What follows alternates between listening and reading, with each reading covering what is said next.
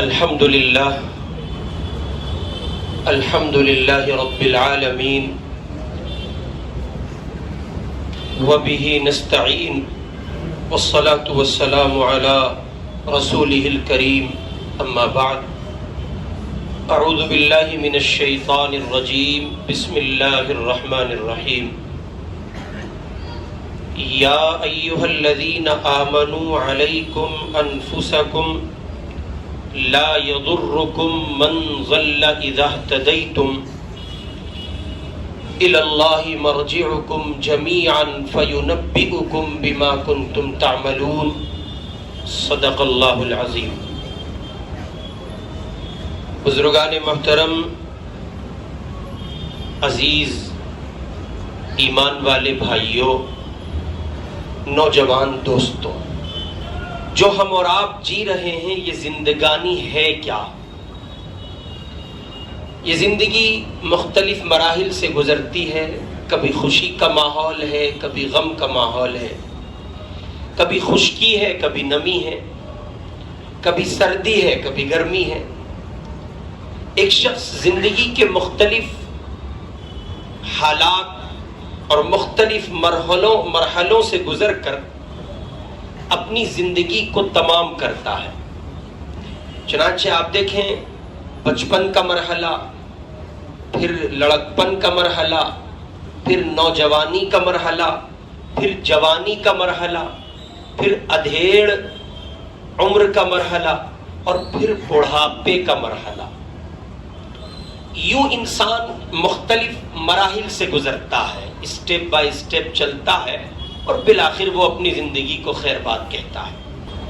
ان مختلف مراحل میں اسے جن مسائل کا سامنا ہوتا ہے، کئی بار وہ خوش ہوتا ہے، کئی بار وہ غمگین ہوتا ہے، کئی بار وہ کامیاب ہوتا ہے اور کئی بار وہ ناکام ہوتا ہے، کئی بار وہ صحت مند ہوتا ہے، کئی بار وہ بیمار ہوتا ہے، کبھی وہ مقیم ہے، کبھی وہ مسافر ہے، کبھی اس کے گھر میں جشن چراغاں ہے، اس معنی کر کہ اللہ نے اس کو صاحب اولاد بنا دیا، اس کے یہاں بیٹا ہے، بیٹی ہے، اس کے یہاں پوتا ہے، پوتی ہے، نواسا ہے یا نواسی ہے۔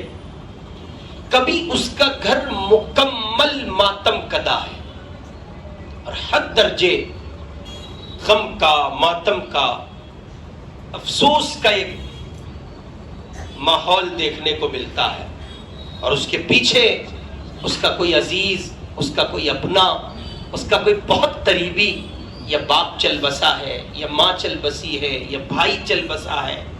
کئی بار باپ نے اپنی جوان اولاد کو خیر بات کہا، اور کئی بار اس نے جوان اولاد نے اپنے بوڑھے باپ کو خیر بات کہا۔ تو کبھی ولادت کے موقع پر یا شادی بیاہ کے موقع پر جشن چراغاں ہے، ماحول ہے خوشی کا، اور کبھی کسی گھر سے جنازہ نکل رہا ہے، کبھی روزی کی فراوانی ہے، اور کبھی مندی ہے، کڑکی ہے، ٹوٹا ہے، اور آدمی ٹوٹ گیا ہے۔ اس طرح کے اور بھی حالات آپ تطبیق دیتے جائیں، فٹ کرتے جائیں، ہر انسان کی زندگی مختلف مراحل سے گزر کر، مختلف پہلوؤں سے گزر کر آگے بڑھتی ہے۔ چنانچہ یہ انسان جن مرحلوں سے گزرتا ہے، ان مرحلوں کا ایک بنیادی پہلو یہ ہے کہ ان تمام مراحل میں جو اس گنہگار نے بطور ایگزامپل آپ کے سامنے رکھے، یا ان جیسے مراحل جو اور ہو سکتے ہیں، کوئی ایک مرحلہ انسانی زندگی کا ایسا نہیں ہے جہاں اہل ایمان کے لیے قرآن میں رہنمائی موجود نہ ہو۔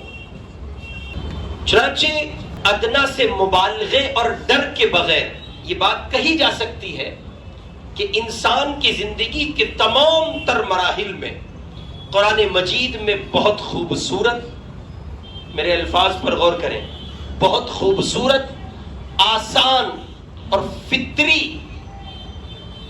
حل موجود ہے۔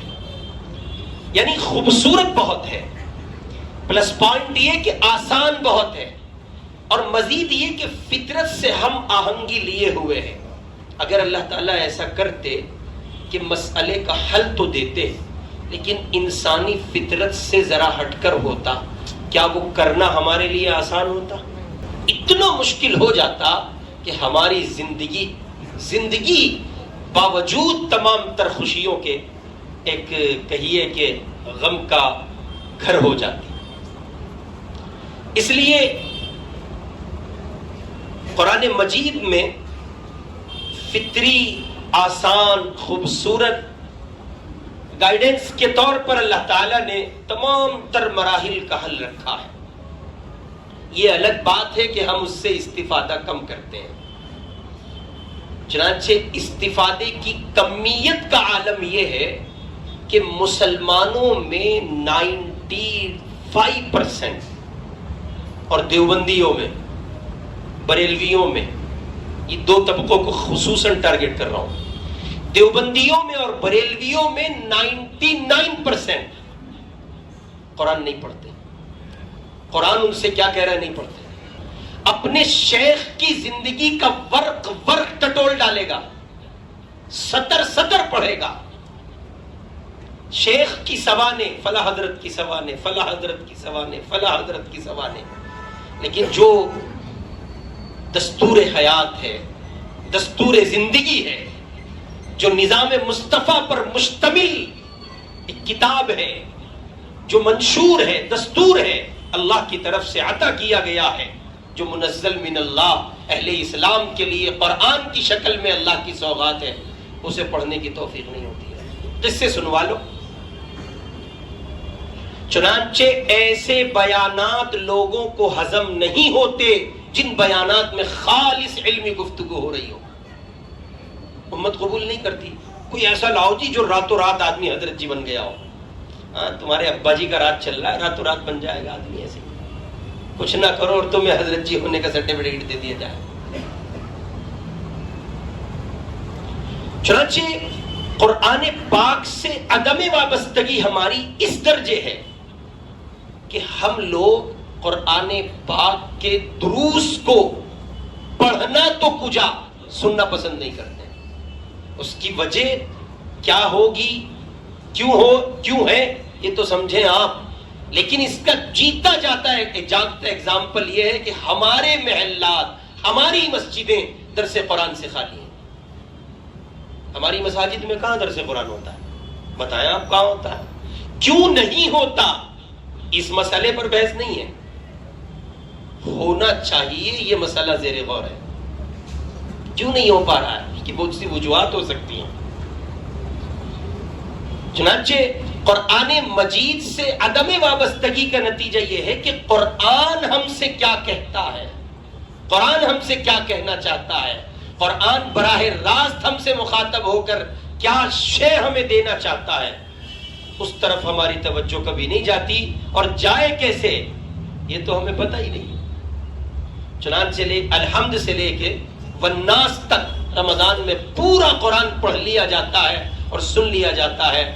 بہت معذرت کے ساتھ, اللہ کی قسم بڑی تعداد وہ ہے نہ پڑھنے والوں کو پتا ہوتا ہے کیا قرآن کہہ رہا ہے, اور سننے والوں کی تو خطا ہی کوئی نہیں. یہ جو پیچھے کھڑے ہوئے سامعین مطالبہ کرتے ہیں نا رکعت لمبی ہو گئی, اس کی بنیادی وجہ یہ ہے کہ پتہ ہی نہیں قرآن کیا کہہ رہا ہے. جس دن آپ یہ سمجھ لیں کہ قرآن آپ سے کیا بول رہا ہے, پھر آپ کہیں گے رکعت جتنی لمبی ہو اتنا اچھا ہے. یہ قرآن کا خاصہ ہے. بہرکیف میں پوری کوشش کروں گا, مضمون بہت اہم ہے, پوری کوشش کروں گا کہ بہت جلدی سمیٹوں. مجھے اس کا احساس ہے کہ گرمی ہے. میں عرض کر رہا تھا انسانی زندگی کا کوئی موقع ایسا نہیں ہے جب انسان اور بالخصوص مومن کسی طرح کی گائیڈ لائن چاہتا ہو اور اس کی وہ زندگی کی ضرورت پر گائیڈ لائن قرآن میں موجود نہ ہو. یہ نہیں ہو سکتا. اس لیے کہ اگر ایسا ہوگا یا ایسا ہو جائے یا ایسا مان لیں تو نعوذ باللہ ثم نعوذ باللہ قرآن پر اٹیک ہوگا, قرآن ادھورا سمجھا جائے گا. اور قرآن پر اگر اٹیک ہوا, قرآن کو ادھورا سمجھا گیا, تو پھر قرآن ادھورا نہیں ہے, اس کے جو میسنجر ہیں، اس کے جو لانے والے ہیں، نعوذ باللہ ثم نعوذ باللہ، ان کی ذات پر حملہ ہے، اور یہ قیامت کی صبح تک ممکن۔ ساری کائنات جھوٹی ہو سکتی ہے، محمد عربی کا فرمان جھوٹا صلی اللہ علیہ وسلم۔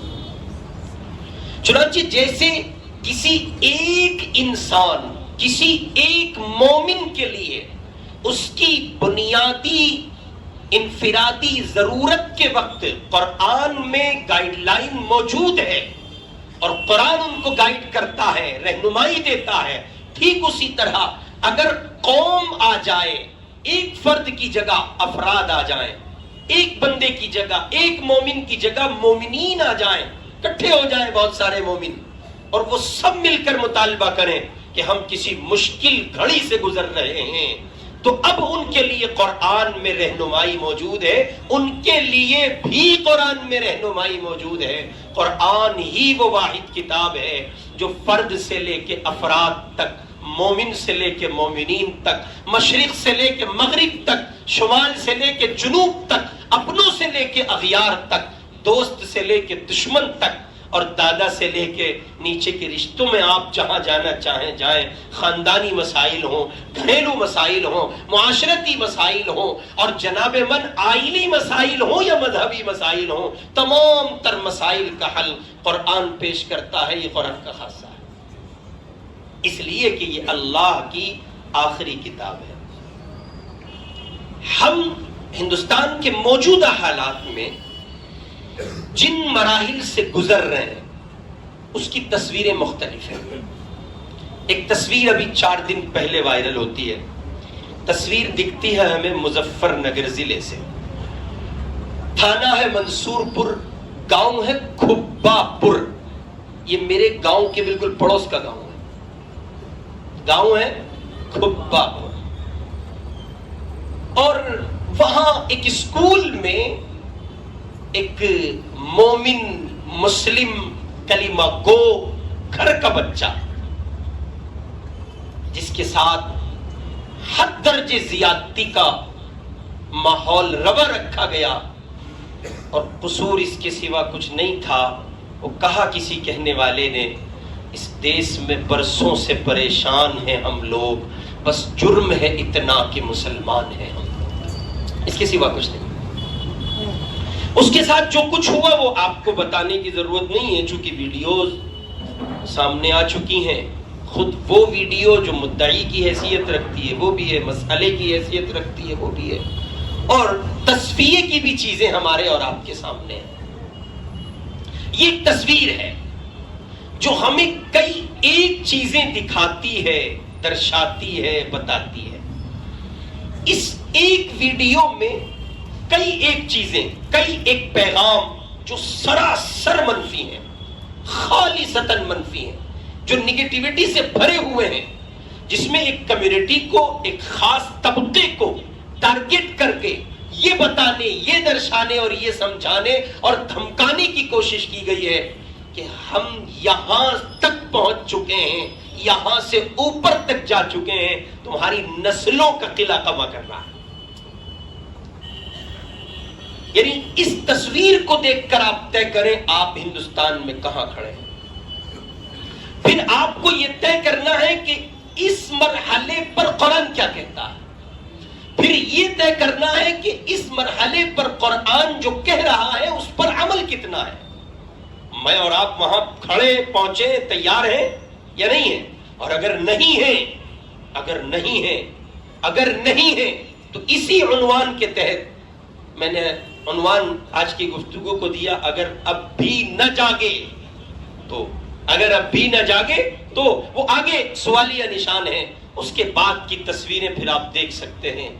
آپ رشیا کے وہ مظلوم ملک جو اب ملکوں کی جگہ لیے ہوئے ہیں، جہاں بڑے بڑے محدثین، مفسرین، علامہ وقت اور کہیے خدا ترس بندے، بزرگان دین، ایک بڑی جماعت پیدا ہوگی، پھر آپ دیکھ سکتے ہیں ان ملکوں کے حالات کو جن ملکوں میں آج اسلام کا چراغ نہیں جلتا، لیکن ایک دور تھا جب سورج وہاں نکلتا، تو اسلامی علم کو دیکھتا، اور جب سورج غروب ہوتا تب وہ اسلامی علم کا چہرہ دیکھ کر غروب ہوتا۔ اسلام ہی اسلام دکھتا تھا، اسلام کے سوا کچھ نہیں دکھتا۔ اب اگر تصویر یہ ہے اور آپ اس عنوان کے تحت اپنے آپ کو تیار نہیں کر پاتے ہیں قرآن کی اس تعلیم کے لیے جو ان حالات میں قرآن کی تعلیم تقاضا کرتی ہے یا قرآن درس دیتا ہے، تو یقین مانیے ہم اور آپ پھر مردہ قوم ہیں، زندہ قوم کی حیثیت ہماری نہیں ہو سکتی۔ عجیب بات ہے نا، مجلس ذکر کی اور بات ہو رہی ہے کاؤنسلنگ پر مشتمل ایک خاص مضمون کے تحت۔ اب ضرورت اسی کی ہے۔ میں حضرت حافظ صاحب دامت برکاتہم سے کہہ رہا تھا کہ اب خول بدلنے کی ضرورت ہے۔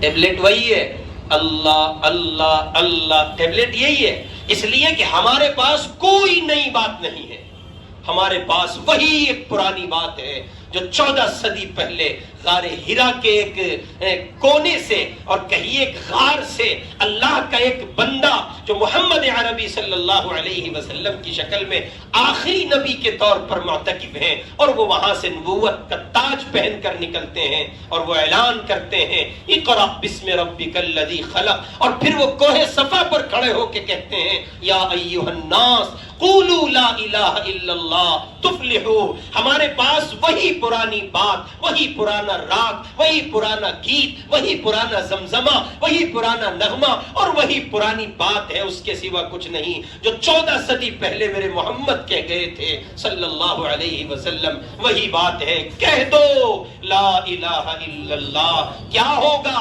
کیا ملے گا؟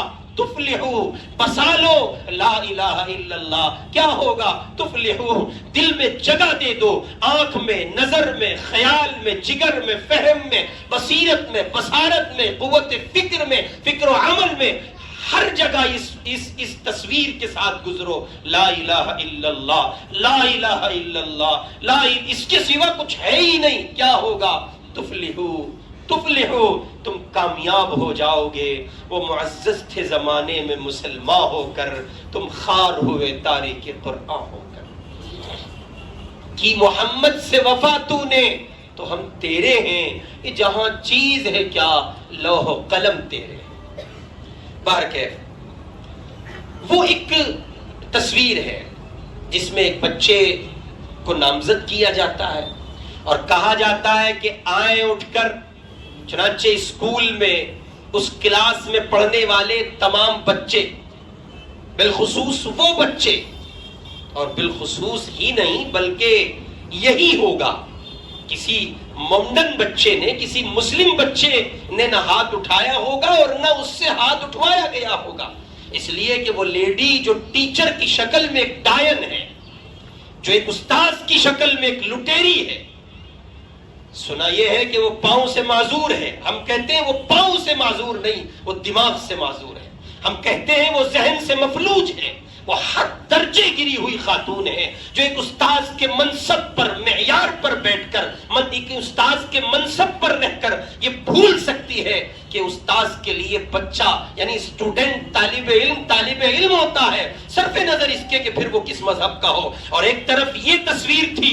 کہ ایک اسکول میں ایک ٹیچر اپنے یعنی نان مسلم بچوں سے ایک مسلم بچے کو پٹائی کروا رہی ہے اور یہ کہہ رہی ہے زور سے مارو۔ تو ایک دوسری تصویر ہے جو ابھی چند مہینے پہلے اسی ہندوستان میں دیکھی گئی، یہاں کا وزیر دفاع راجناتھ سنگھ یوپی کی ایک سبھا میں بآواز بلند خطاب کرتے ہوئے کہتا ہے کہ میں نے ایک مولوی صاحب سے پڑھا تھا، میں نے ان سے گیان لیا تھا۔ شاید وہ ویڈیو آپ کی نظر سے نہیں گزری ہے، شاید اس پر آپ کی نظر نہیں ہے۔ ہم یہ کہتے ہیں کہ اگر وزیر دفاع راجناتھ سنگھ نے اپنے اس بیان میں اپنے استاد مولوی صاحب کی شفقتوں کا ذکر کیا ہے تو پھر یہ بہترین تماچا ہے اس غیر مسلم خاتون ٹیچر کے چہرے پر کہ یہاں کی ایک بڑی پوسٹ پر حکومت کا انسان یہ کہے کہ ایک مولوی صاحب کی شفقتیں مجھ پر رہی ہیں، اور ایک غیر مسلم ٹیچر خاتون ایک بچے کو اس لیے نشانہ عصبیت بنائے اور اس کو زد و کوب کیا جائے اور اس کے ساتھ زیادتی کی جائے کہ جناب وہ مسلم ہے، وہ مومن ہے، کلمہ گو ہے۔ اگر یہ تصویر دیکھنے کے بعد اور ان دونوں تصاویر کو سامنے رکھنے کے بعد بھی آپ کوئی نتیجہ نہیں نکالتے تو آپ کو زندہ رہنے کا کوئی حق نہیں ہے۔ ان دو تصویروں کو سامنے رکھیے، اور میں آپ سے کہوں گا اگر وزیر دفاع راجناتھ سنگھ کا وہ بیان آپ کو کہیں مل جائے اور آپ سوشل میڈیا پر ایکٹیو ہیں تو اس کو کاٹیے، کاٹ چھاٹ کیجئے، اس کو ایڈٹ کیجئے اور دونوں تصویریں یک کے بعد دیگرے چلائیے۔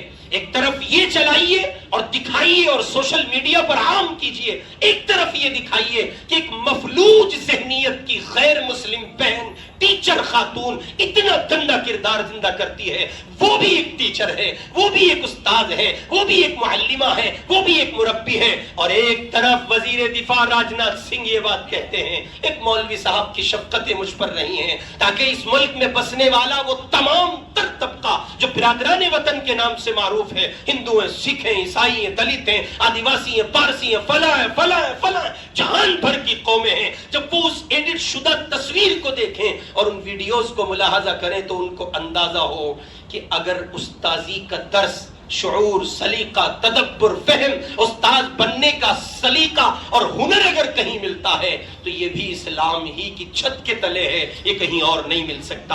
اس لیے کہ اس دنیا کے سب سے بہترین مشفق، مربی، معلم کی حیثیت رکھنے والے میرے آپ کے آقا ہیں، ان سے بہتر، برتر، بالاتر، اعلیٰ، ارفع، اکمل، اجمل، احسن ذات اس زمین پر معلم کی حیثیت سے کوئی دوسری نہ آئی ہے نہ آ سکے گی۔ حضور نے خود فرمایا انما بعثت معلما صلی اللہ علیہ وسلم۔ اب یہ ایک تصویر ہے، ایک تصویر تو یہ ہے، دوسری تصویر بہت شارٹ میں بات کروں۔ ابھی چند دن پہلے نوح کی سرزمین پر، میوات کی سرزمین پر جو کچھ ہوا، اور پیچھے جائیں تو جنید و ناصر کا قتل، اور پیچھے جائیں تو پھر یکے بعد دیگر اتنا سب کچھ ہے کہ آپ کو بتانے کی ضرورت۔ ایک تصویر کسی نے ایڈٹ کی، ایک مدرسے کا طالب علم ہے، اسکول کا طالب علم ہے، بچہ مسلمان ہے، اس کا بیگ چیک کیا جا رہا ہے، اور ایک تصویر ہے جس میں بائک پر دو نوجوان ہیں، ہاتھ میں تلوار لیے فضا میں لہرا رہے ہیں، ان کی پشت پناہی کی جا رہی ہے، شاباشی دی جا رہی ہے، دامادوں کی طرح ویلکم کیا جا رہا ہے۔ تصویر ہے، تصویر دیکھیں آپ، اور یہ اس وقت ہو رہا ہے جب بھارت ایک بڑی کامیابی کے دور سے گزر رہا ہے، جب بھارت ایک بڑی کامیابی کے دور سے گزر رہا ہے۔ کتنی کامیابی ہے نا، کتنی کامیابی ہے، اتنی کامیابی ہے کہ چاند پر بسنے کے خواب دیکھے جا رہے ہیں، زمین پر بسے ہوئے چاند کو مسل کر یہاں چاند کی روشنی کو ختم کر دیا جائے۔ وہ معصوم بچے، وہ چھوٹے چھوٹے بلبلاتے معصوم بچے جن کے ہاتھوں میں قلم ہے، دوات ہے، کاپی ہے، کاغذ ہے، جو اسکول کا بستہ ٹانگ کر ابھی ان کتابوں کے وزن کو، بوجھ کو جھیلنے کی صلاحیت نہیں رکھتے ہیں، وہ کسی ماں کے چاند، وہ کسی باپ کے چاند، وہ کسی گھر کے چاند عصبیت کا نشانہ بنا کر اس چاند پر، اس چندہ ماما کی زمین پر بسنے کا خواب دیکھا جا رہا ہے۔ ہم یہ کہتے ہیں جب آپ اس چاند کی رکشا نہیں کر سکتے تو وہ چاند چونکہ رب کا چاند ہے، پھر رب تمہیں اس چاند کے قریب بھٹکنے نہیں دے گا۔ آپ ہی کو تو لگ رہا ہے۔ اور اس پر بھی ایک بڑا مسئلہ ہے کہ پولیٹیکل پارٹیز کو اس کا کریڈٹ جا رہا ہے، صاحب جگہ جگہ ہوگی، کوئی پرسان حال نہیں ہوگا۔ ایک گناہ وہ ہے جو آپ کی ذات تک سیمت ہے، اللہ کی قسم مسئلہ نہیں ہے، جب آپ چاہیں گے توبہ کر لیں گے، خدا معاف کر دے گا۔ میرے بھائی ایک گناہ وہ ہے جو پوری قوم کی تباہی کا سبب بن رہا ہے، کیا ان کمینوں کو معاف کر دیا جائے؟ اپنی انفرادی اجتماعی دعاؤں میں ہاتھ اٹھاؤ، قوم کے غداروں کو اللہ برباد کرے، نہ چھوڑو، اور تمہاری دسترس میں قوت میں جہاں تک جو ہو سکے ان کے سوشل بائیکاٹ کا قانون کے دائرے میں رہ کر کام کرنے کی ضرورت ہے۔ میل جول ختم کرو، رابطے ختم کرو ایسے لوگوں سے جو حضور علیہ السلام کے دین کی سرحدوں کو کراس کرتے ہیں۔ ہاں جی نہیں بھولے ہیں، یہ بھولے، انہیں پتہ ہی نہیں ہے پتنگ سے کیا ہونا ہے۔ جشن منانا چاہتے ہو مناؤ، کون انکار کرتا ہے؟ یہ جشن کا ماحول ہے تو جشن چراغاں کیجئے، حضور کسی بھوکے کو کھانا کھلائیے، پیاسے کو پانی پلائیے، غمزدہ کا غم دور کیجئے، ہمدرد کی کسی بلڈ کے مطلوب مریض کے لیے بلڈ ڈونیٹ کر دیجئے، کسی مریض کی جا کے عیادت کر لیجئے۔ کوئی ڈھائی تین مہینوں سے ہاسپٹل میں قیام پذیر ہے، تڑپ رہا ہے، بلک رہا ہے، سسکیاں لے رہا ہے، وہاں چلے جائیے، اس کے خرچ کی کفالت کا انتظام کیجئے، اس سے کہہ دیجئے میرا ملک آزاد ہوا تھا 1947 میں، آج 15 اگست یوم آزادی ہے، میں ملک کی آزادی کی خوشی میں تیرا خرچ برداشت کر رہا ہوں۔ یہ ہے کرنے کے کام؟ نہیں، یہ ننھے منھے سانڈ سپاہی ہیں، آزادی کا جشن منائیں گے، پتنگ اڑائیں گے، مرغا کھائیں گے، کولڈ ڈرنک پیئیں گے اور ہمارا سانڈ کی طرح پڑھ کے سو جائیں گے۔ ایسی قوموں کا بھلا ہونے والا نہیں ہے۔ آپ کو لگتا ہے کہ یہ صرف گفتگو؟ حساس ہو جائیے، اگر آپ اب بھی نہیں جاگتے تو آپ 2 4 5 دن ذہنی غلامی کے ساتھ دھڑکی آزادی کے دیکھ سکتے ہیں، دیکھ لیں گے، لیکن آپ کی جو نسل ہوگی وہ اس طرح سے غلامی کے دن کاٹے گی اور آپ کو بددعائیں دے گی اور کہے گی بڑے ظالم ماں باپ تھے، خود دھڑکی آزادی کے دن کاٹے، ہمیں تو دھڑکی آزادی کے دن بھی میسر نہ آ سکے۔ اللہ میری آپ کی سب کی حفاظت فرما دے۔ یہ ایک تصویر مظفر نگر کی اس معصوم بچے کی، ایک تصویر نوح کی، میوات کی، جنید کی اور ناصر کی، اور جہان بھر میں کتنی تصویریں ہیں۔ ملک نفرت کے ایسی دیوار نفرت کی ملک میں قائم ہو چکی ہے کہ ایسا لگتا ہے بظاہر کہ اس کا اب گرنا ناممکن ہے۔ لیکن چلیں چوکھٹ پہ چلتے ہیں قرآن کی۔ کس کی چوکھٹ پہ؟ قرآن کی۔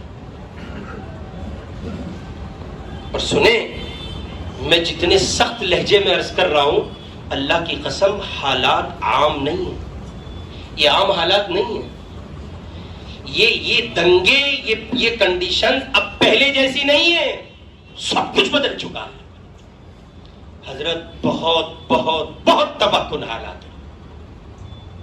ہمارا مسلمان تھا، میں ایسے کچھ نہ ہوتا، فالتو کی بات ہے، ایسے ہی ہو جائے گا، ہاں ایسے ہی ہو جائے گا، نوٹ بندی میں ہوا تھا نا، تیرا باپ بھی مجبور تھا، تو کیا ہوا تھا کہ نہیں؟ ایسے ہی ہوا تھا نا، ایسے ہی ہوا تھا نا کہ نہیں ہوا تھا؟ عزت مآب وزیر اعظم رات کو تشریف فرما ہوئے ٹی وی چینل پر، اور انہوں نے فرما دیا صبح سے یہ 1000 کا نوٹ نہیں چلے گا۔ کیا کیا آپ نے؟ کچھ کر سکتے ہیں؟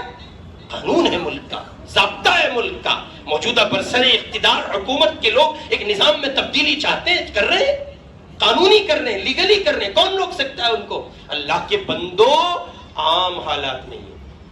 کون سے حالات نہیں؟ عام حالات نہیں۔ حضرت کوئی ایسی دعا بتا دو ایک رات میں سب فنش ہو جانا، تیرے باپ کا راج چل رہا، فنش ہو جا سب، تو ہی ہے بس حضور کا، تو کوئی اور تو ہے ہی نہیں، تیرے ہی ہیں وہ آقا، تیرے ہی ہیں وہ محمد الرسول اللہ پر کسی کی اجارہ داری نہیں ہے، وہ سب کے نبی ہیں۔ اللہ تعالیٰ قرآن میں کہتا ہے قل یا ایھا الناس، اے میرے پیارے پیغمبر، میرے محمد، میرے لاڈلے، میرے مزمل مدثر، ذرا ان سب سے آپ کہہ دیجئے انی رسول اللہ الیکم جمیعا، محمد ساری کائنات کا نبی ہے صلی اللہ علیہ وسلم۔ تو حالات عام نہیں ہیں، یہ بھی ذہن میں رکھیں کہ ان حالات، جن حالات سے ہم گزر رہے ہیں، یہ بھی محل غور ہے۔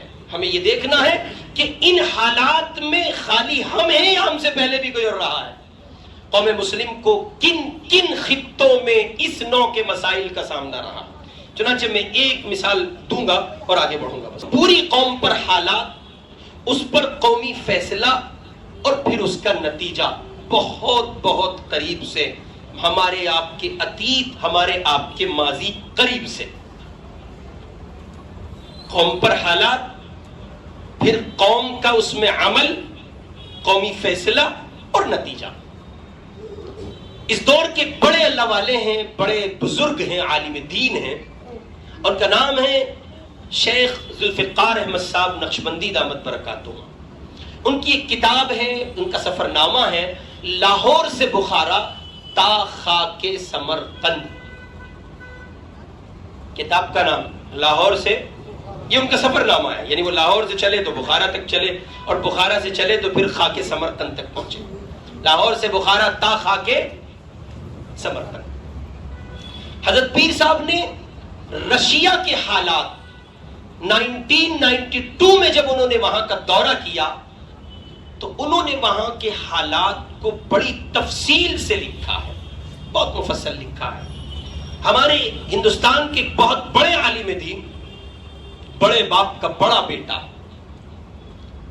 مفکر اسلام حضرت مولانا خلیل الرحمان صاحب سجاد نعمانی دامت برکاتہ، ان کی شہادت اور ان کی گواہی کہ جب رشیا کمیونزم کے دور اقتدار سے پاک ہوا، آزاد ہوا، محفوظ ہوا، اور وہاں بہار آئی اور آزادی کے دن ان کو میسر آئے، تو وہاں کے مفتی اعظم اور کچھ علماء نے ہندوستان کا دورہ کیا، یہ جاننے کے لیے کہ اب جب آزادی کی دولت میسر آ چکی ہے تو ہمیں کیا کرنا چاہیے۔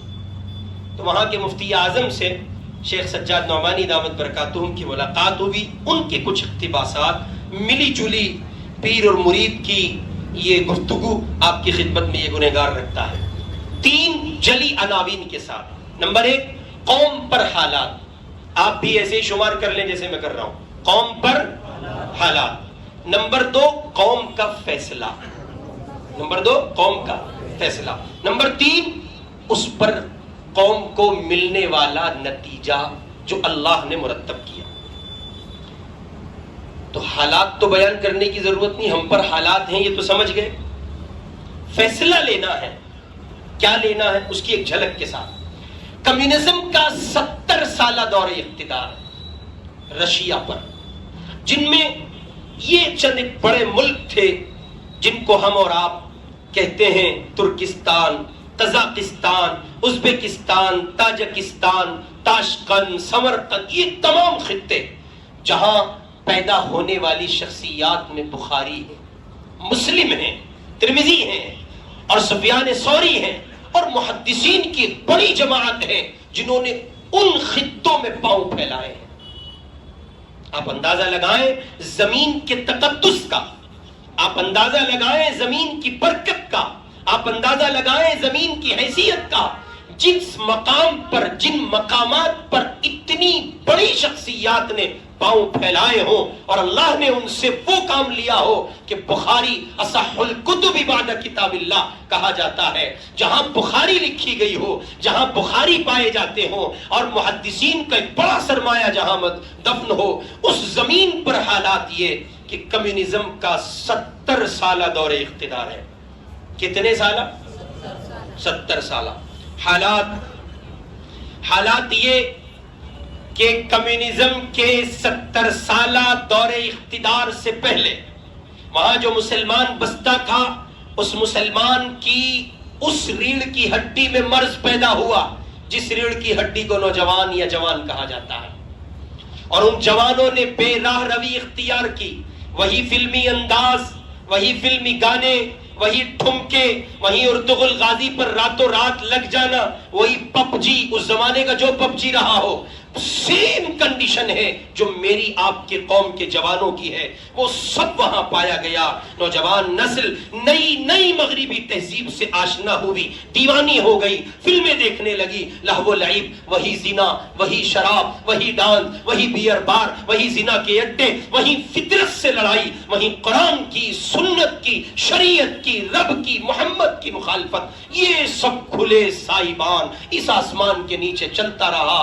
اللہ کا نظام غالب آیا، 70 سالہ کمیونزم کا دور اقتدار، اور کیسا دور ہے حضرت، اللہ تعالی نے اس قوم کو ایسا مغلوب کیا اور کمیونسٹ اس طرح آ کر کے وہاں بیٹھے کہ انہوں نے اعلان کیا تمام مسجدیں بند. آپ ابھی وہاں نہیں پہنچے ہیں, آپ کی مسجدیں کھلی ہیں, اللہ کا شکر ہے. انہوں نے اعلان کیا تمام مسجدیں بند, تمام مدرسے بند, اب کوئی اذان نہیں دے سکتا, اب کوئی اذان نہیں دے سکتا, اب کوئی قرآن نہیں پڑھ سکتا. یہ حالات تھے. اب کوئی قرآن نہیں پڑھ سکتا, اب کوئی دین کی بات نہیں کر سکتا, اب جماعت, جمعیت, تحریک, دعوت, ساری سرگرمیاں بند ہیں. آپ کے یہاں تو سب کچھ چل رہا ہے, آپ کے یہاں تو سب کچھ چل رہا ہے. آج ہی ہمارے حضرت سیدی مرشدی مربی حضرت داعی اسلام مولانا کلیم صدیقی صاحب دامت برکاتہم صبح فرما رہے تھے ایک بات. حضرت فرما رہے تھے کہ ہمارے ملک ہندوستان کی یہ خوبی ہے کہ یہاں آج بھی وہ آزادی ہمیں حاصل ہے جو بہت سے مسلم اسلامی کہے جانے والے ملکوں میں حاصل نہیں ہے. وہ بات نکلی تھی ایک خاص پس منظر کے تحت. باہر کیف تو یہاں مسجدیں بند نہیں ہیں, مدرسے بند نہیں ہیں, لیکن اس عمل, کمیونزم کے اس عمل اور وہاں کمیونسٹوں کی اس تحریک اور وہاں کے چال چلن اور موجودہ حکومت اور ایک خاص طبقے کی جو تیار شدہ ایک ذہنیت ہے, جب آپ دیکھیں گے تو دونوں میں ہم آہنگی ہے, دونوں ساتھ ساتھ چل رہے ہیں. مدرسوں کا بجٹ بتاؤ, پیسہ کہاں سے لاتے ہو؟ یہ بات بہت قریب ہے اس کے جو وہاں کہی گئی تھی مدرسے آپ بند کر دیے گئے. اور اگر اس سے اور قریب تر کوئی ایگزامپل چاہتے ہو تو آسام کا وزیر اعلیٰ یہ کہتا ہے ہم نے 800 مدرسوں کو مکفل کر دیا, بند کر دیا. ایسا لگتا ہے جیسے وہی باد سموم چلی ہے جو وہاں کمیونزم بول رہا تھا مدرسوں کو مکفل کر دیا جائے. ہندوستان بڑھ رہا ہے اس ذہنیت کی طرف. اللہ اس ذہنیت سے ملک کو پاک کر دے اور یہاں بسنے والے تمام تر برادران وطن کو اللہ پاک ایک صاف شفاف ذہنیت کا کہیے کہ ذہنیت سے معمور فرمائے اور ان کو ایک صحیح سمت میں ملک ملت کی تعمیر و ترقی کے لیے آگے بڑھنے کی توفیق عطا کرے. چنانچہ انہوں نے اعلان کیا کوئی اذان نہیں دے سکتا, نماز نہیں پڑھ سکتا, قرآن نہیں پڑھ سکتا, کوئی دین کی بات نہیں کر سکتا, دعوت نہیں دے سکتا, ٹوپی نہیں لگا سکتا. اس کے چہرے سے, ہیئت سے, ظاہری شکل و شباہت سے یہ ظاہر نہیں ہونا چاہیے کہ یہ مسلمان ہے. کوئی کسی طرح کی اجازت نہیں ہے. مزید یہ کہ قانون سنا دیا گیا, مزید یہ کہ قانون کیا تھا؟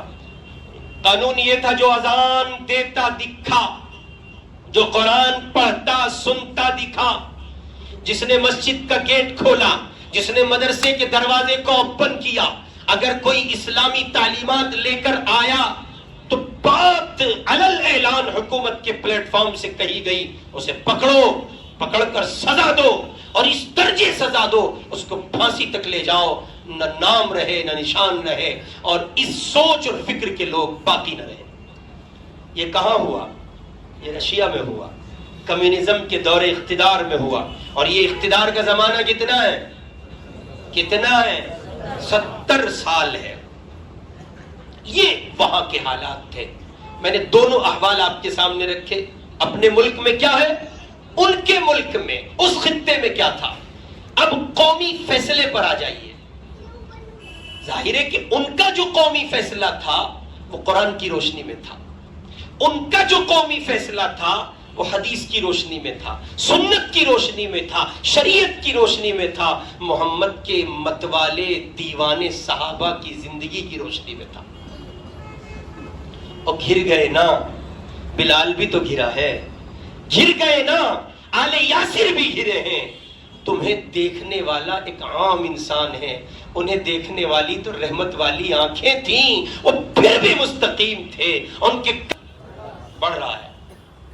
اذان, نماز, قرآن پر پابندی لگی نہیں ہے لیکن اس طرف لے جایا جا رہا ہے. اب قومی فیصلہ ہے, ہمت مرداں ہے اور مدد قومی فیصلہ. ظاہر ہے کہ آپ اکیلے لیں بات نہیں بنے گی, یہ پوری قوم کو لینا پڑے گا. کس کو لینا ہوگا؟ پوری قوم کو. انہوں نے قرآن کی روشنی میں فیصلہ لیا. قرآن کی آیت سماعت کر لیں. انہوں نے قرآن کی روشنی میں فیصلہ لیا. انہوں نے کہا وَدَّ كَثِيرٌ مِّنْ أَهْلِ الْكِتَابِ لَوْ يَرُدُّونَكُم مِّن بَعْدِ إِيمَانِكُمْ كُفَّارًا حَسَدًا مِّنْ عِندِ أَنفُسِهِم مِّن بَعْدِ مَا تَبَيَّنَ لَهُمُ الْحَقُّ فَاعْفُوا وَاصْفَحُوا حَتَّى يَأْتِيَ اللَّهُ بِأَمْرِهِ إِنَّ اللَّهَ عَلَى كُلِّ شَيْءٍ قَدِيرٌ وَأَقِيمُوا الصَّلَاةَ وَآتُوا الزَّكَاةَ. بہت سے اہل کتاب تو دل ہی سے یہ چاہتے ہیں کہ تمہیں ایمان لے آنے کے بعد پھر سے کافر بنا لیں. وقال الذين كفروا لرسلهم لنخرجنكم من ارضنا او لتعودن في ملتنا. یہ آیت آپ کے ذہن میں ہونی چاہیے. لا تتخذوا اليهود والنصارى اولیاء، یہ آپ کے ذہن کا حصہ ہو. وہ تو چاہتے ہیں، وہ بلا وجہ نہیں کہہ رہے ہیں گھر واپسی، بلا وجہ نہیں کہہ رہے ہیں. بابا یہ پرانا مرض ہے، یہ نئی بات نہیں ہے. یہ تم کو لگتا ہے کہ نئی بات ہے. وہ قرآن پڑھ چکے ہیں. وہ قرآن آپ ہی تو نہیں پڑھتے، وہ پڑھ جائیں. وہ پڑھ چکے ہیں، قرآن پر اسٹڈی کرتے ہیں، قرآن کو دیکھتے ہیں، اس کے اوراق کو پلٹتے ہیں. آپ اور میں صبح اٹھ کر واٹس ایپ دیکھتے ہیں، وہ صبح اٹھ کر آپ کو دیکھتے ہیں آپ کہاں تک پہنچے ہیں. نتائج ہمارے آپ کے سامنے ہیں. اب قرآن یہ کہہ رہا ہے بہت سے اہل کتاب تو دل ہی سے چاہتے ہیں کہ تمہیں ایمان لے آنے کے بعد پھر سے کافر، پھر سے ایمان سے ہٹا دیں، تمہارا ایمان چھین لیں. یہاں کیا نعرہ ہے؟ ارے بولو نا، کیا نعرہ ہے؟ کوئی مسئلہ نہیں ہے ان کو. آپ آج ایمان چھوڑیے، کل وہ آپ کا استقبال کرے. اس کے بعد کی جو دنیا ہے وہ الگ پہلو ہے. پھر تو انہی کے جیسے ہیں، وہ جو چاہے کرے. لیکن ان کا مقصود کیا ہے؟ ان کا مقصود کیا ہے؟ واپس آ جاؤ. کیا آ جاؤ؟ واپس آ جاؤ. اللہ کہہ رہے ہیں حسدا من عند انفسہم، حسد کی راہ سے جو ان کے نفسوں میں ہے. اور یہ بھی بعد اس کے کہ ان پر حق واضح ہو چکا ہے. آپ کو لگتا ہے وہ نہیں جانتے کہ اسلام حق ہے؟ وہ جانتے ہیں، وہ جانتے ہیں. سو معاف کرتے رہو، سو معاف کرتے رہو، درگزر کرتے رہو، حتیٰ کہ اللہ اپنا بھیج دے، اپنا فیصلہ بھیج دے، اپنا قانون بھیج دے. یقیناً اللہ ہر چیز پر قادر ہے. ان اللہ علی کل شیء قدیر. 70 سال کمیونزم کا دور اقتدار، اذان نہیں، نماز نہیں، روزہ نہیں، زکوٰۃ نہیں، حج نہیں، صدقہ نہیں، خیرات نہیں، مدرسہ نہیں، مسجد نہیں، خانقاہ نہیں، شیخ نہیں، مرید نہیں، کوئی نہیں ہے. نہ بخاری، نہ مسلم، نہ ترمذی، نہ ابو داؤد، نہ نسائی، نہ ابن ماجہ، نہ قاعدہ ہے، نہ کچھ ہے. کوئی اسلام کی شمع نہیں جلتی ہے. یہ سب کچھ ہو رہا ہے، لیکن اللہ کہہ رہے ہیں درگزر کرتے رہو، اللہ اپنا فیصلہ بھیج دیں، اور اللہ ہر چیز پر قادر ہیں. آگے حکم دیا جا رہا ہے اقیموا الصلاۃ، نماز کی پابندی رکھو، نماز کی اور زکوٰۃ دیتے رہو. اب حالات آپ کے سامنے. شیخ خلیل الرحمن سجاد نعمانی دامت برکاتہم فرما رہے تھے کہ ان حالات سے نکلنے کے بعد، ان حالات سے رہائی کے بعد جیسی آزادی ملی، وہاں کے مفتی اعظم آئے اور وہ اپنے ساتھ 2 بچے لے رہے تھے. انہوں نے ان بچوں سے قرآن سنوایا. کیا سنوایا؟ قرآن سنوایا. اب مولانا سجاد صاحب کا تبصرہ سنیے. سجاد صاحب کو جانتے ہیں؟ ایسے ہی جانتے ہوں گے، گفتگو سن لی ہوگی بس. ایک جملہ عرض کر رہا ہوں، بڑے باپ کا بڑا بیٹا، منظور نعمانی کے بیٹے ہیں وہ.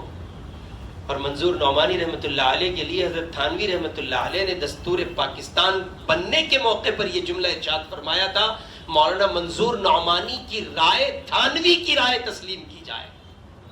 اتنا بڑا آدمی ہے. محدث کبیر علامہ انور شاہ صاحب کشمیری رحمۃ اللہ علیہ کا شاگرد ارشد ہے منظور نعمانی.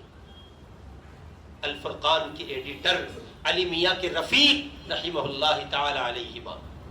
اتنا بڑا انسان ان کے دوسرے نمبر کے یا غالباً تیسرے نمبر کے بیٹے ہیں. آج جب گھر جائیں گے تو گوگل کیجئے گا, مولانا نعمانی کے بارے میں ذرا جان لیجئے گا کتنا بڑا آدمی ہے. وہ کہتے ہیں جہان بھر کی خاک چھانا ہوا انسان, دنیا دیکھا ہوا آدمی. مولانا سجاد صاحب فرماتے ہیں میں نے ان بچوں کے جیسا قرآن آج تک نہیں سنا.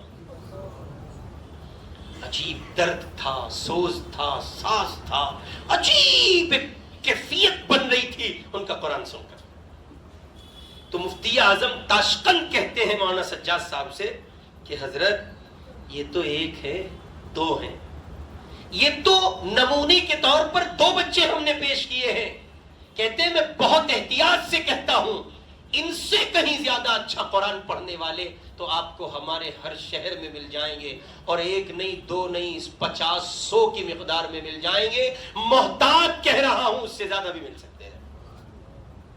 مولانا سجاد صاحب کہنے لگے مجھے حیرت تھی, 70 سال کا دور اقتدار کمیونزم کا ہے, نماز روزہ زکوٰۃ حج مدرسہ مسجد خانقاہ شیخ مربی مرشد مسترشد سب پہ پابندی ہے, جماعت نہیں جمعیت نہیں دعوت نہیں تحریک کچھ بھی نہیں ہے, اور آپ کے یہاں اتنے سارے حافظ.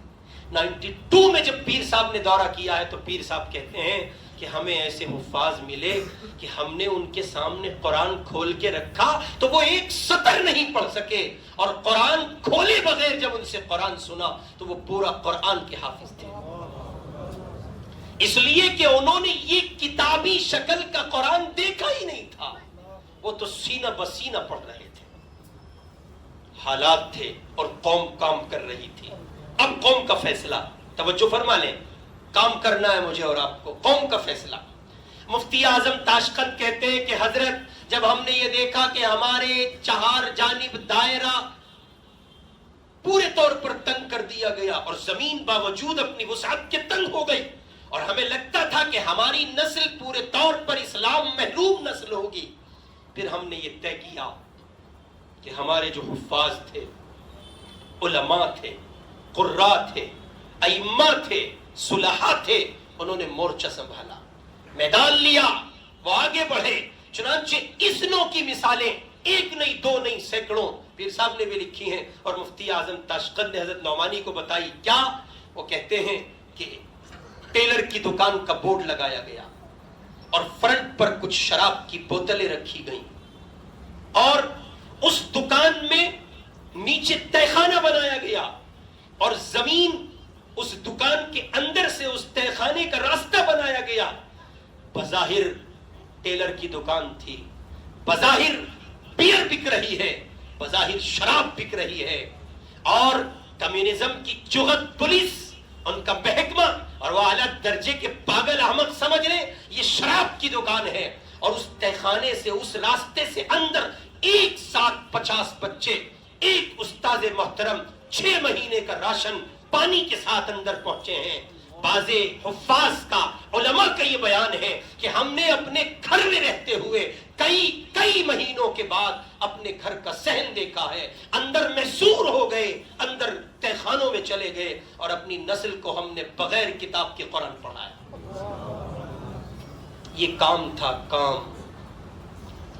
دوسرا اگزامپل, مفتی اعظم تاشقند کہتے ہیں, یہ پیر صاحب کے حوالے سے میں نے عرض کیا, حضرت نعمانی کے حوالے سے عرض کر رہا ہوں. مفتی اعظم تاشقند کہتے ہیں کہ ہم روزانہ ایک مصنوعی جنازہ بناتے.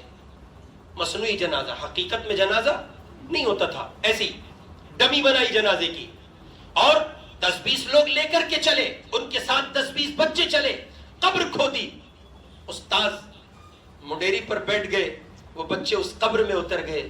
ان کی ایمان کو تو دیکھو, قسم رب کعبہ کی, جو قرآن قبر میں بیٹھ کے سیکھ رہا ہو اس کی جنت اگر اس کو آنکھ سے نہ دکھے تو اور کیا ہو. چنانچہ اس طرح سے انہوں نے وہ مصنوعی جنازہ لیتے. جب ان کو شک ہوتا کوئی آ رہا ہے, خبری لال, حرامی, سور قسم کے لوگ سب جگہ پائے جاتے ہیں, ہمارے یہاں بہت ہیں, مسلمانوں بہت پائے جاتے ہیں, خبر دینے والے, انسان کم کتے زیادہ ہوتے ہیں. وہ ان کی تال اگر کہیں بیٹھے تو بس بس اور بس اور بس. قوم کے غدار. سوشل بائیکاٹ ہونا چاہیے, ایسے نہیں بلا وجہ نہیں, الزام نہیں ہونا چاہیے کسی پر. تحقیق ہو جائے سلام نہ کرو, تحقیق ہو جائے نظریں بچا کے نکل جاؤ، ثابت ہو جائے قوم کا غدار ہے، اس کے بچوں سے رشتے نہ کرو، اس لیے کہ قوم کو بانجھ کر رہا ہے۔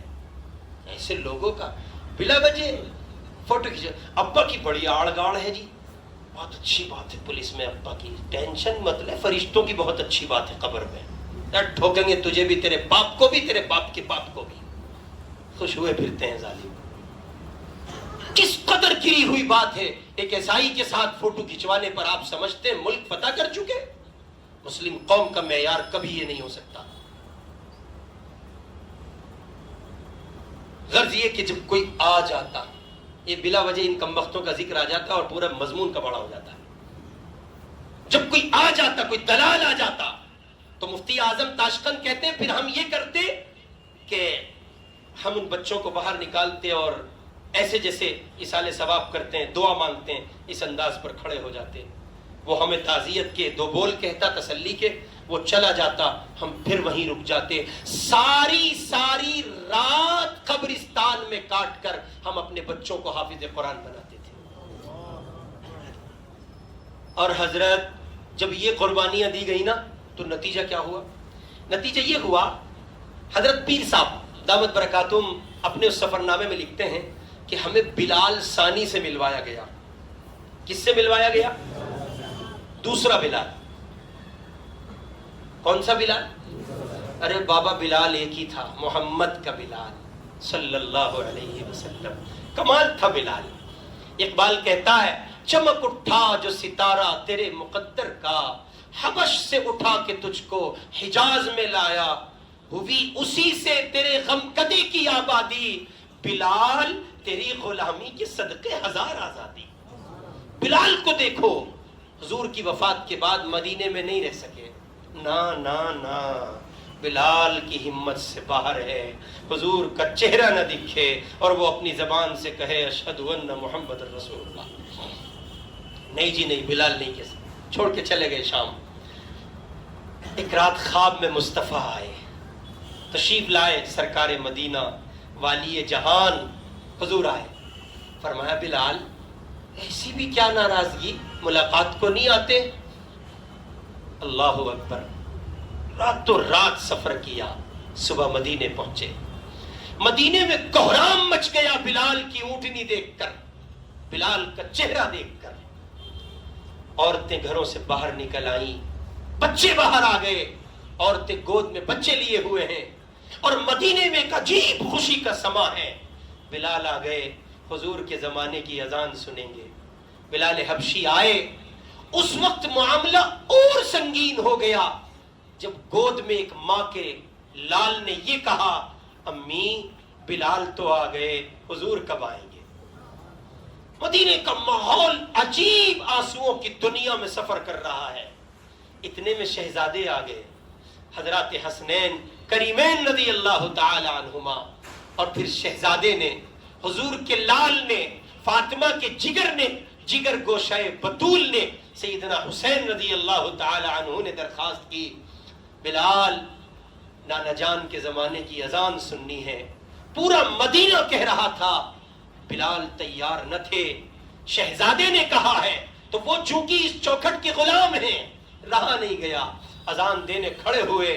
مورخین لکھتے ہیں جب پہنچے ہیں وہ اس پر اشہد ان محمد رسول اللہ، تو پہلے بھی ایک زمانہ تھا جب بلال یہ کلمہ دہراتے تو ادھر وہ کلمہ دہراتے تھے، ادھر مصطفیٰ کے چہرے پر ان کی نظر پڑتی، قلب و جگر تسکین پا جاتا، روح کو سکون ملتا اور دماغ کو ٹھنڈک پہنچتی اور وہ نورانی چہرہ آنکھوں میں۔ آج جب بلال یہ کلمہ زبان سے کہتے ہیں، مصطفیٰ کا چہرہ سامنے نہیں ہے، یہ دوری اور یہ کہیے کہ جدائی تاب نہ لا سکے، برداشت نہ کر سکے، اور بلال نے ایک بار کہا اور بے ہوش ہو گئے۔ حضرت پیر صاحب فرماتے ہیں وہ سارا منظر آنکھوں کے سامنے اور ہماری ملاقات ہو رہی ہے بلال ثانی سے۔ کس سے ہو رہی ہے؟ بلال ثانی سے۔ حضرت نے فرمایا ان کو بلال ثانی کیوں کہہ رہے ہیں؟ تو آگے سے انہوں نے جواب میں کہا، میزبانوں نے کہا حضرت اس دیوانے نے مسجدیں بند ہو جانے کے بعد یہ طے کیا کہ مجھے اللہ کا نام بلند کرنا ہے، میں نے اذان دینی ہے جی، میں نے اذان دینی ہے، اور کچھ ہو جائے ہمیں اذان دینی ہے، ہمیں نماز پڑھنی ہے۔ بڑی اچھی ہیڈ لائن ہے، بڑی پیاری ہیڈ لائن ہے، حضرت حوصلہ چاہیے وفا کے لیے، حوصلہ چاہیے۔ یہ بابو والے عاشقوں کی بات نہیں ہو رہی ہے، بابو چھونا والے عاشق، لوتی تھانے والے، ان کی بات نہیں ہو رہی ہے، یہ ان دیوانوں کی بات ہے جو طے کر چکے ہیں کہ جو کچھ لینا ہے اس سے لینا ہے، اس کے سوا کسی سے نہیں لینا ہے۔ یہ تو چہرے پہ سنت نہیں سجاتے اس لیے کہ نکاح نہیں ہوگا۔ سننا، بہت توجہ سے سننا، بہت گہری بات عرض کرنے لگا ہوں، اگر لکھ سکو تو دل کی زمین پر لکھ لینا۔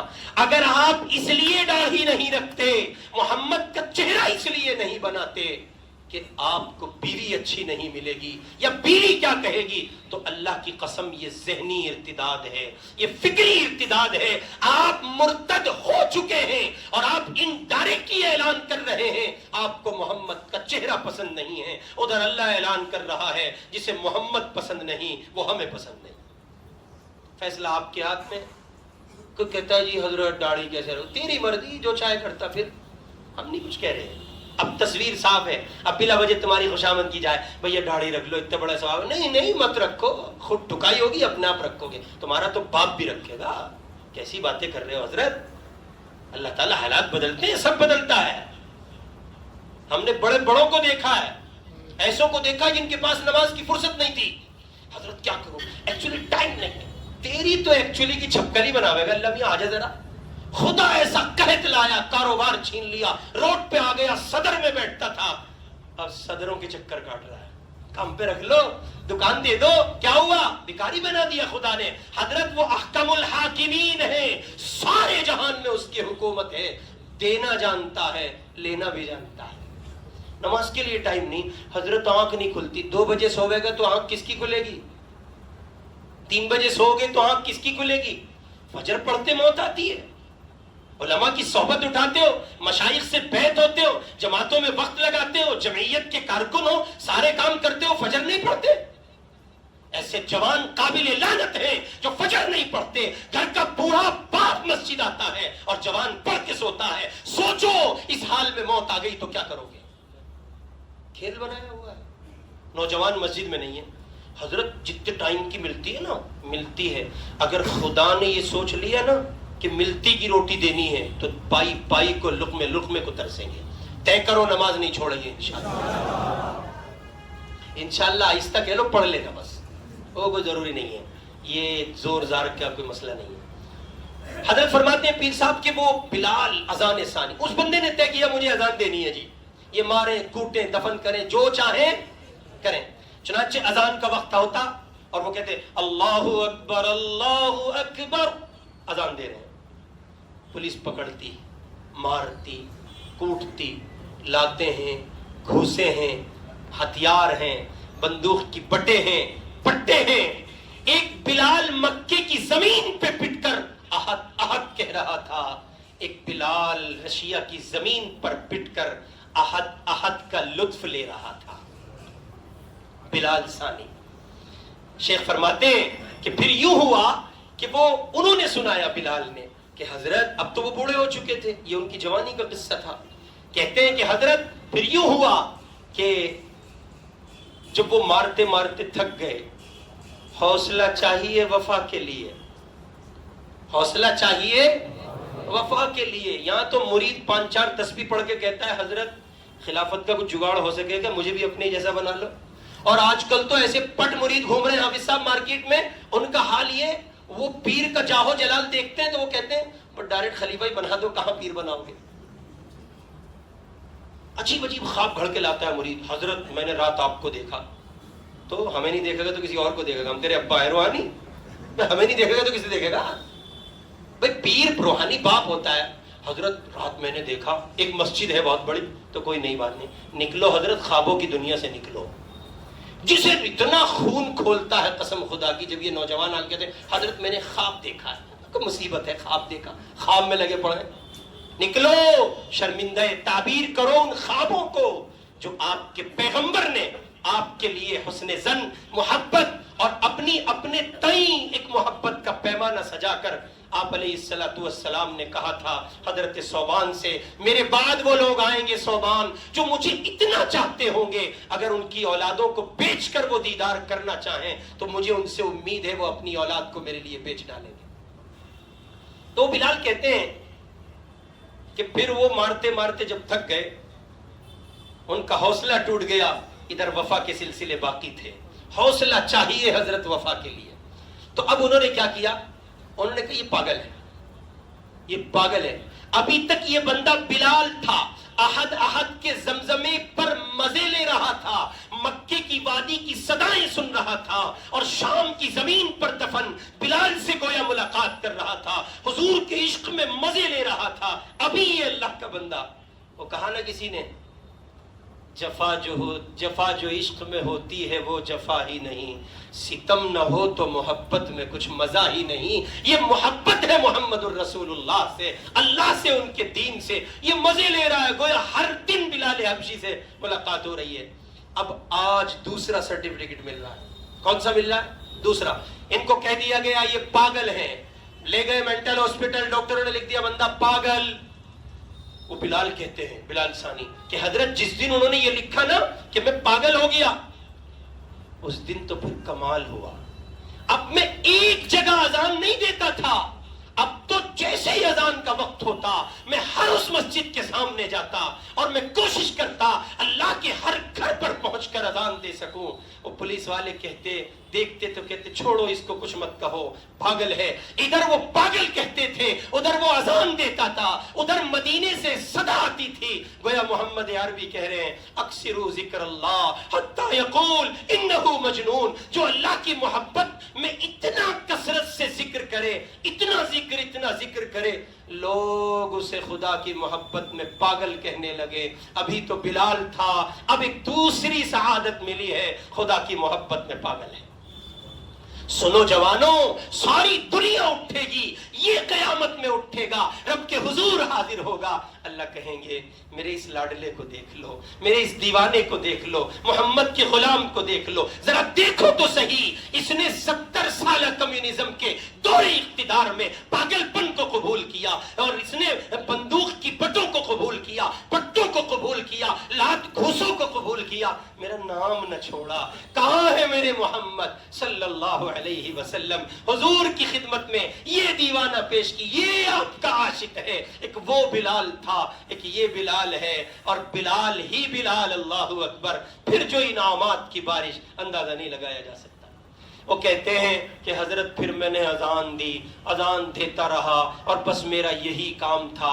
پھر جب ہم آزاد ہوئے تو مجھے میرے مقامی علماء نے کہا کہ اگر کسی کو بلال دیکھنا ہو تو ہماری زمین پر یہ دوسرا بلال بستا ہے۔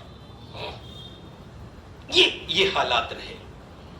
ان لوگوں نے حالات میں یہ کام کیا، ان لوگوں نے حالات میں یہ کام کیا، چنانچہ نتیجہ کیا نکلا؟ نتیجہ یہ نکلا کہ پھر ایک وقت آیا کہ کمیونزم کے دور اقتدار سے رشیا کی زمین پاک ہوئی، ان کو آزادی ملی، اور سرکاری اعلان کیا گیا کہ آج سے آپ مذہبی بنیادوں پر آزاد ہیں، جو چاہیں آپ کریں، ہر ایک کو اپنے مذہب پر آزادی کے ساتھ عمل کرنے کا مکمل حق ہے۔ یہ اعلان رشیا کی زمین پر کر دیا گیا۔ اب خوشیوں کا سما تھا، چھوٹے چھوٹے ملک وجود میں آئے۔ حضرت ان کی اس اجتماعی قربانی کا نتیجہ ہے آج اگر آپ کے پاس طاقت ہے، پیسہ ہے، سوئٹزرلینڈ جاتے ہیں، منالی جاتے ہیں اور نینی تال جاتے ہیں، لاکھوں روپیہ آپ سیر و سیاحت کے نام پر خرچ کرتے ہو، دوستوں کے برتھ ڈے پارٹی پر سیلیبریٹ کرنے کے لیے خرچ کرتے ہو۔ میرے نوجوان دوستوں، جاؤ، جا کر ان زمینوں کا مطالعہ کرو، ان زمینوں پر گھوم آؤ، وہاں کا دورہ کرو، جا کے دیکھو، ازبکستان کو دیکھو، قزاقستان کو دیکھو، تاجکستان کو دیکھو، بڑے بڑے جامعات ہیں، بڑی بڑی یونیورسٹیاں ہیں، بڑی بڑی مساجد ہیں، بڑے بڑے مدارس ہیں، علماء ہیں، صلحاء ہیں، اتقیاء ہیں، وہ پہلے جیسی بہاریں چمن میں لوٹ آئی ہیں۔ سبب اس کا یہ ہے کہ انہوں نے قربانی دی ہے۔ آج مجھے اور آپ کو اجتماعی طور پر کچھ فیصلہ کرنا ہے، اور حالات کے موجودہ رخ کو سمجھ کر قرآن کی رہنمائی میں چلنا ہے۔ 3 ہدایتیں اس سلسلے میں آپ کی خدمت میں، وہ آیت جو میں نے پڑھی وَدَّ کَثِیرٌ مِّنْ اہلِ الکتاب، اس آیت کی روشنی میں عرض ہے۔ پہلی ہدایت، پہلا کام کرنے کا، پہلا کام آپ کو مشتعل نہیں ہونا ہے، آپا نہیں کھونا ہے، حواس باختہ نہیں ہونے چاہیے، آپے سے باہر نہ آ جائیں آپ۔ اس پر ایک بہت ضروری بات عرض کروں گا، میسیجز آ جانے کے بعد فارورڈ کرنے سے پہلے 1000 بار سوچا کریں آپ کی قوم پر اس میسیج کو فارورڈ کرنے کا اثر کیا پڑے گا۔ کسی مسلمان کی بے عزتی کہیں ہوئی اور کسی پاگل نے لکھ دیا بھائی سے اتنا شیئر کرو، نا تو کیسے دیکھ لیتے ہو محمد کا ایک دیوانہ پٹ رہا ہے، تم اس ویڈیو کو سماعت کرتے ہو۔ میرے آقا تو دشمن کو نہیں دیکھتے تھے، تم دوستوں کے جنازے کیسے دیکھ لیتے ہو؟ کسی بہن کی آبرو لٹ رہی ہے تم اس کی اس ویڈیو کو فیس بک پر وائرل کر رہے ہو، کسی بہن کا تمسخر کیا جا رہا ہے۔ کیا ہوا بھائی کی غیرت کو؟ دنیا دیکھے اس کی بہن کو برداشت کرتا ہے؟ اس لیے بہت اچھے سے سنجیدگی، حساس ہو کر بیدار مغزی کا ثبوت دیتے ہوئے پہلا کام منفی رد عمل نہیں دکھانا، مشتعل نہیں ہونا، براہ راست نہیں الجھنا، چشم پوشی، درگزر اور نظر انداز کرنے کا رویہ اپنانا ہے۔ اکابر بیٹھے ہیں، بزرگان دین بیٹھے ہیں، ان سے پوچھنا ہے کیا کریں، وہ آپ کو جو راہ بتائیں۔ سیدھے سیدھے لفظوں میں قانون اپنے ہاتھ میں نہیں لینا۔ ابھی ملک میں قانون زندہ ہے، ٹینشن نہ لیں، ابھی ملک میں زندہ ہے، ورنہ میاں جب ملک میں قانون نہیں ہوگا تو آپ کسی نامرد کی اولاد نہیں ہیں۔ یہ جملہ کہہ رہا ہوں بہت سخت جملہ ہے، آپ ایسے روحانی باپ کے بیٹے نہیں ہیں جو آپ کو بھٹی میں جھونک کر چلے جائیں گے۔ ملک تقسیم ہو رہا تھا، 1947 کی بات ہے، حضرت مولانا یوسف صاحب رحمۃ اللہ علیہ سے کہا گیا آپ پاکستان چلے جائیں۔ حضرت نے فرمایا میں اس سسکتی ہوئی امت کو، حضور کے ان ایمان والے امتیوں کو میں کفر کے حوالے کر کے پاکستان نہیں جا سکتا۔ آپ ایسوں کی اولادیں نہیں ہیں جو آپ کو بھٹی میں جھونک کے چلے جائیں گے، آپ ان دیوانوں کی اولاد ہیں۔ یو پی جل رہا تھا، پنت وزیر اعلیٰ تھا یو پی کا، حضرت مدنی رحمہ اللہ کسی طرح جنگل کے راستے بچتے بچاتے دلی پہنچے، نہرو بیٹھے ہیں، پنت بیٹھا ہے، یہ وہاں کا وزیر اعلیٰ تھا، یہ بیٹھا ہے، اور غالباً باپو بھی تھے، لطف لے اس جملے کا، باپو بھی تھے، لاٹھی والے بابا بھی تھے۔ حضرت مدنی تشریف لائے، نہرو کو پتہ چلا، ننگے پاؤں اپنے محل سے دوڑا چلا آیا، حضرت کی بڑی تعظیم کرتا تھا نہرو، اور اندر لے گیا۔ حضرت نے پنت کو دیکھ کے کہا یہ کیا ہو رہا ہے یو پی میں؟ شیخ الاسلام کی آواز ہے حضرت، محمد کا وارث گرج رہا ہے۔ جی ہاں، یہ بالکل ایسے ہے جیسے خالد کی آواز نکل رہی ہو۔ یہ شیخ الاسلام ہے، شیخ الہند کا روحانی بیٹا ہے، ایک وقت میں محدث ہے، مفسر ہے، مجاہد ہے، شیخ وقت ہے، امام ہے، مدرس ہے، تمام تر صفتیں اگر کہیں کسی شخصیت میں ماضی قریب میں یکجا نظر آتی ہیں وہ شیخ الاسلام حضرت مولانا سید حسین احمد مدنی رحمۃ اللہ علیہ، ارشد مدنی کے ابا، حسین احمد مدنی کے محمود مدنی کے دادا، اس خانوادے کے چشم و چراغ ہیں یہ لوگ۔ حضرت نے فرمایا پنت سے یہ کیا ہو رہا ہے، کیوں نہیں روکتے ہیں آپ اپنے اکابر سے بدگمان نہ ہونا، آپ یہ مت سمجھنا کہ آپ کو چھوڑ دیا گیا، آپ یہ مت سمجھنا کہ وہ نہیں سمجھتے ہیں۔ حضرت راتوں کی نیند اڑی ہے دیوانوں کی، آپ کیا سمجھتے ہیں؟ اسی ہندوستان کا ایک بہت بڑا قائد ہے، میں نے اپنی آنکھ سے اسے روزہ اطہر پر قرآن ہاتھ میں لیے قرآن پڑھتے ہوئے اس حال میں دیکھا ہے کہ یوں کبھی قرآن بند کر کے سینے سے لگا کے روزہ اطہر پہ روتا ہے، پورا وجود لرزتا ہے۔ اس آدمی کو ارشد مدنی کہتے ہیں۔ ایسا نہیں ہے کہ آپ کے اکابر کو کوئی پرواہ نہیں، حضرت راتوں کی نیند اڑی ہے، بد اعتمادی پیدا مت ہونے دینا، برا گمان مت رکھنا کہ آپ کے اکابر کچھ نہیں کر رہے ہیں، وہ جتنا کر سکتے ہیں کر رہے ہیں۔ اور ان کے کر سکنے کا نتیجہ ہے اتنا نہیں ہو رہا ہے جتنا اب تک ہو جانا چاہیے تھا. تو حضرت مدنی رحمۃ اللہ علیہ نے فرمایا پنت جی یہ کیا ہو رہا ہے؟ تو پنت نے کہا کفر بہرحال کفر ہے حضرت، نہ بھلایا کریں یہ. اس نے کہا حضرت میری قوم نہیں مانتی. بات آ گئی یہاں، ابھی تک بات ملک میں یہاں نہیں آئی ہے. حضرت سے کہا پنت نے میری قوم نہیں مانتی. وہ مدنی جو لاہور کی سرزمین پر کفن باندھ کے انگریز کی عدالت میں کھڑا ہو کے یہ کہہ گیا، جب انگریز جج نے کہا کہ آپ کہتے ہیں انگریز کی فوج میں بھرتی ہونا حرام ہے، کہا کہتا کون ہے؟ اب بھی کہتا ہوں تیری فوج میں بھرتی حرام ہے. آپ کو اندازہ ہے، آپ کو اندازہ ہے، آپ کو اندازہ ہے کہ آپ کو پھانسی کی سزا ہو جائے گی. فرمایا حسین احمد کفن ساتھ لایا ہے. آج ہی دیوانہ کہہ رہا تھا صدیقی رہائی کے بعد، آج ہی کہہ رہا تھا صداقت کا سبق پڑھ کر داعیے اسلام جیل کی سلاخوں سے لوٹ کے آج ہی کہہ رہے تھے میاں شہادت کا زمزمہ سامنے رکھ کے جیو. میں پچھلے کئی جمعوں سے چیخ رہا ہوں مرنے کے لیے جینا سیکھو، تم سے بہتر زندگی کوئی نہیں جی پائے گا. یہ جو جینے کے لیے جیتے نا حضرت پتہ نہیں کیا ہوگا، ان کی تو کتے کی موت طے ہے. جو دل میں آئے کرو فیصلہ. آپ کیا؟ حضرت مدنی رحمت اللہ علیہ نے فرمایا جب پنت نے یہ کہا حضرت میری قوم نہیں مانتی، تو حضرت مدنی کو جلال آ گیا، چہرہ سرخ ہو گیا.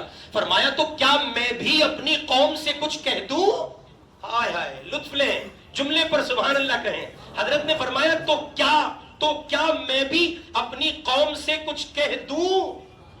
باپو اٹھے، نہرو اٹھا، دونوں کے دونوں حضرت مدنی کے قدموں میں. کہا نہیں نہیں نہیں نہیں نہیں حضرت میں جانتا ہوں یہ نادان ہے، اسے نہیں پتا. حضرت نہ کہنا، آپ نے وہ جانتے تھے یہ حسین احمد ہے. اگر قوم سے کچھ کہہ گیا تو پھر نلی میں گدا نہیں چھوڑتے. وہ کہاں جی رہے ہو یار؟ خوف سے اوپر اٹھیں، ایک آزاد فضا میں سانس لینے کی کوشش کریں. ہندوستان کسی کے باپ کا نہیں ہے، ہندوستان آپ کا ہے. ملک کی تعمیر و ترقی آپ پر واجب ہے. ملک کا قانون اپنے ہاتھ میں مت لیجئے، ایک دم ایک مضبوط دیوار کی طرح کھڑے رہیے، بغیر کسی مطلب کے کسی سے مت الجھیے.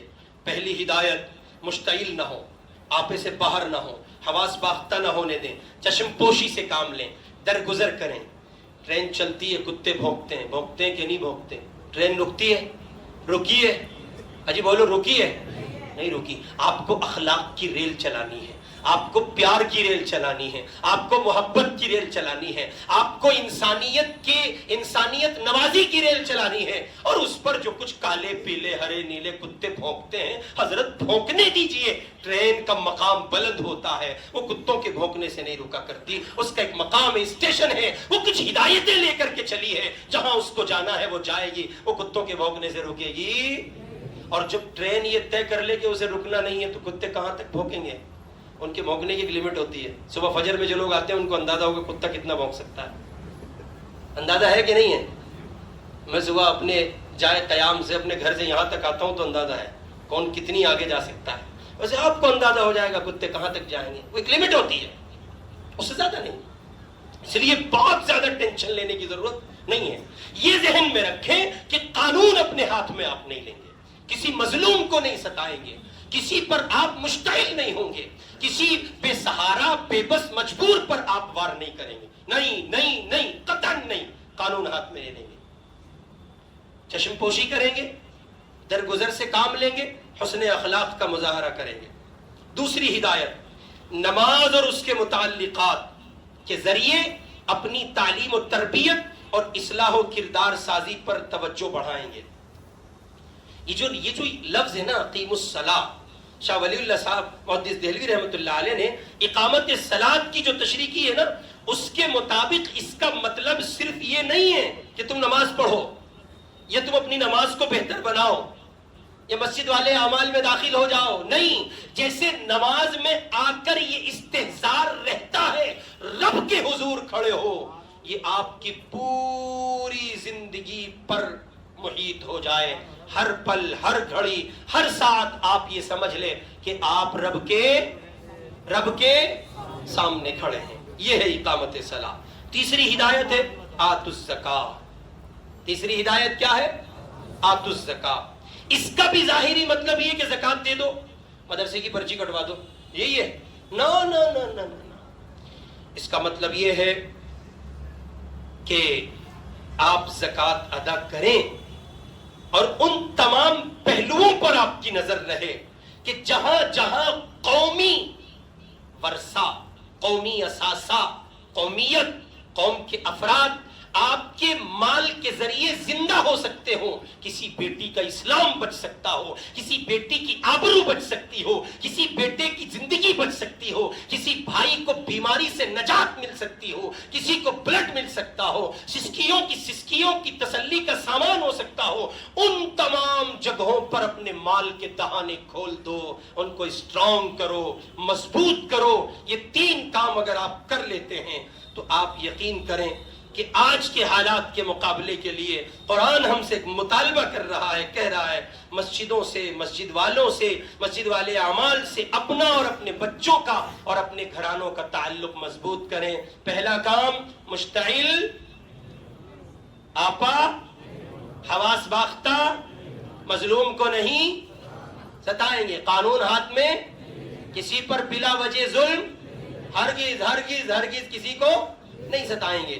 نماز قائم کریں گے. اقامت الصلاۃ کا مطلب پورا دین اپنے وجود پر نافذ کریں گے، اپنی عبادات میں، عقائد، عبادات، معاملات، معاشرت، اخلاقیات. اور تیسرے آتوا الزکاہ، اپنے مال سے مجموعی ترقی، مال کو امت کی اجتماعی اور مجموعی ترقی کے ذریعے، مجموعی ترقی کے لیے خرچ کریں گے اور مال کے دہانے کھول دیں گے. بہت طویل، مفصل، بہت زیادہ طویل لمبی گفتگو ہو گئی، آپ نے برداشت کیا بار کو، لیکن آپ یقین کریں جو حالات ہیں، اللہ کی قسم یہ چند گھنٹے آپ کا ان حالات کے خطرات کے پیش نظر بیٹھنا اس سے کہیں زیادہ بہتر ہے کہ آپ بغیر لاہ عمل کے سڑک کی خاک چھانتے پھریں اور آپ کے پاس یہ کچھ نہ ہو کہ آپ کر کیا سکتے ہیں. اللہ رب العزت والجلال مجھے اور آپ کو عمل کی توفیق عطا کرے. ان معمولات پر اور ان ہدایات پر 100% جمنے اور عمل کرنے کی توفیق عطا فرمائے. وآخر دعوانا ان الحمد للہ رب العالمین.